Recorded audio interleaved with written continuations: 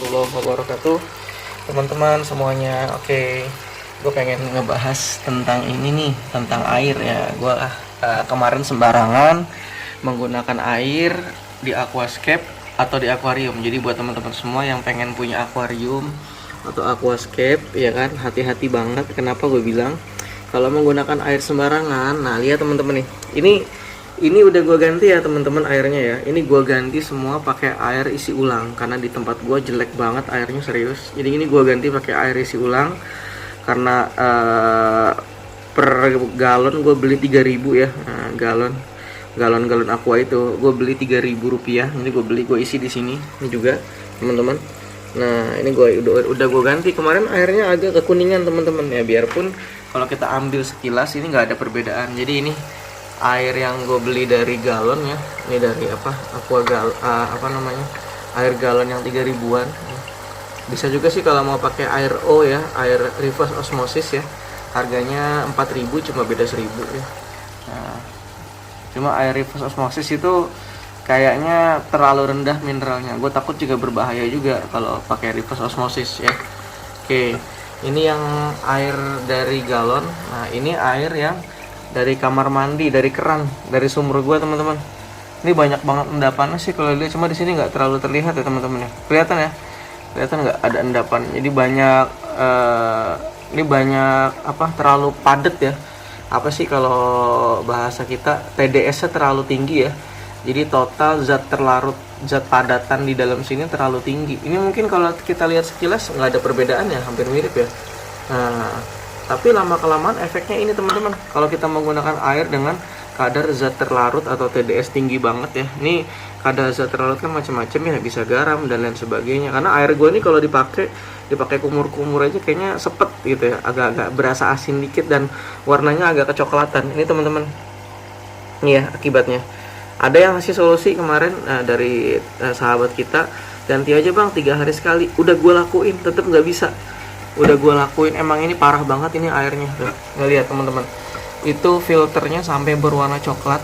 Nah, ini udah gue bersihin ini. Ini kemarinnya parah banget. Nah, ini harus gue bersihin total nih. Nah, pipanya ini harus gue bersihin ini. Ini udah nggak bisa nih. Ini cuma bisa pakai pembersih kaca atau gue pakai ya macam merek-merek Porstek apalagi tuh. Merek-merek pembersih keramik ya. Ini kayaknya baru bisa nih. Kalau nggak bisa bersih nih. Ini kemarin lebih parah. Ini udah mending ini. Ini jadi akhirnya akuarium gua atau aquascape gua jadi parah semua. Teman-teman bisa lihat di sini ya. Nanti gua kasih lihat nih gambar aslinya ya. Gambar asli kemarin waktu belum gua kuras ya. Nah, ini teman-teman bisa lihat nih. Ini efeknya, ini bahkan sampai ke tanaman gua nih. Yang tadinya gua pengen eksperimen penggunaan kipas terhadap pertumbuhan lumut, nggak jadi teman-teman. Karena tumbuhan gua bukan hanya lumut, semuanya terganggu ya. Tuh teman-teman bisa lihat nih, ini udah gue sikat nih kemarin, masih muncul lagi. Ini sepertinya nggak harus dikuras total sih ya, cuma gue nggak nyoba kuras total teman-teman. Ini kelihatan ya, banyak banget endapan-endapannya semua nih. Ini gue nggak mau kuras total, jadi gue tetap biarkan ya. Jadi kayak gini teman-teman bisa lihat sendiri tuh, warna-warnanya tuh di tanamannya kelihatan ada yang nempel-nempel teman-teman tuh ya. Jadi memang ini airnya nggak bersih banget nih, bener-bener mengganggu banget. Nah, jadi kalau buat teman-teman untuk akuarium ya memang mau nggak mau kita harus berkorban ya. Kita harus berkorban. Tuh lihat kotor banget kan, kayak ibaratnya kayak apa sih, kayak kita nanam tanaman di daerah industri. Jadi akhirnya tanamannya pun terlapisi oleh lapisan-lapisan polusi ya. Ini udah kena polusi semua nih teman-teman, warnanya agak kecoklat-coklatan jadinya itu, parah ini. Nah, nih kalau teman-teman nggak percaya nih bisa lihat nih hasilnya. Ini gue punya batu. Nah, ini dia. Ini yang asli, warna aslinya nih masih di bawah nih ya. Ini yang atas ini yang udah.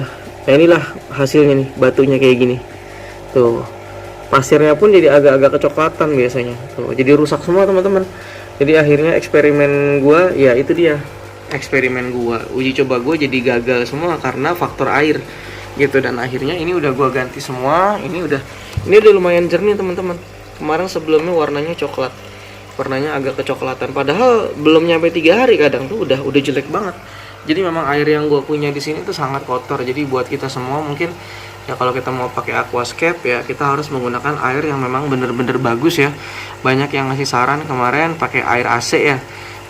Salah satu sahabat kita ada yang bilang pakai air AC, tampung aja air AC tiap hari ya kan. Tiap hari katanya sehari semalam bisa dapat lah seember ya kan. Bisa juga itu yang TDS rendah ya. Yang total zat padatan, zat terlarutnya itu rendah. Atau teman-teman bisa menggunakan air galon ya, air reverse osmosis, jangan yang bermerek, bangkrut lah kalau itu mah ya. Itu teman-teman bisa lihat kalau nggak percaya ya. Jadi kita ke kamar mandi gua. Nah teman-teman, kamar mandi gua sampai begini nih. Ini kamar mandi gua rutin gue bersihkan, rutin, gue rajin banget bersihin gitu. Waktu dulu gue punya kamar mandi yang bagus sih, yang airnya bagus, nggak kayak gini teman-teman, bayangin nih kayak gini. Ini udah gue sering bersihin, gue udah nyetok yang namanya pembersih keramik, seminggu sekali bisa gue bersihin, masih begini tuh. Emang nggak bisa, parah banget ini. Jadi tapi ya nggak apa-apa, jadi kayak gini, lihat tuh warnanya coklat semua ya.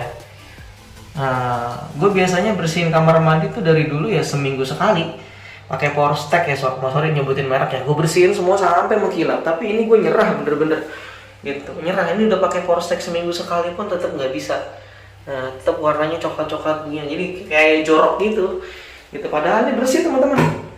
Nah apalagi anak gue jijian banget sama yang namanya jorok-jorok ya, makanya gue ya kayak gini lah. Tapi masih bersyukur sih gue, alhamdulillah ya, karena tetangga gue lebih parah ya. Tetangga gue ada yang udah sampai airnya agak kehitam-hitaman dan berlumpur ya. Jadi memang salah satu masalah di sini di Aceh ya, airnya memang agak kurang bagus ya. Nah kebetulan di sini PDAM pun nggak masuk gitu, belum masuk di tempat gue nih, PDAM belum masuk ya. Karena gue bukan di kota Banda Acehnya, gue agak pinggir dikit ya. Ya jadi seperti ini gitu teman-teman. Jadi mungkin solusi buat kita semua ya, hati-hati menggunakan air untuk akuarium. Gunakanlah yang bagus, rugi sedikit nggak masalah. Ini 3.000 kan 1 galon, nggak ada masalah menurut gue. Kalau mau yang mungkin lebih bagus bisa menggunakan air reverse osmosis ya, supaya tidak ada kejadian seperti ini. Karena kalau udah kejadian kayak gini repot. Nah jadi mohon maaf ya teman-teman, eksperimen gue tentang lumut sepertinya tidak jadi dulu karena kondisi air yang seperti ini. Gue harus ganti berulang-ulang. Kita lihat perkembangannya nanti setelah kita menggunakan air galon berkali-kali, apakah ini bisa bagus. Karena dia menghalangi penetrasi cahaya juga akhirnya. Tuh ini juga kayaknya udah nggak sehat nih. Lumut gue udah nggak sehat, di tanaman air gue udah nggak sehat ya. Apakah ini karena kurang cahaya ya? Padahal cahayanya sehari bisa lebih dari 8 jam ya, tapi kok ini bisa gini ya teman-teman ya.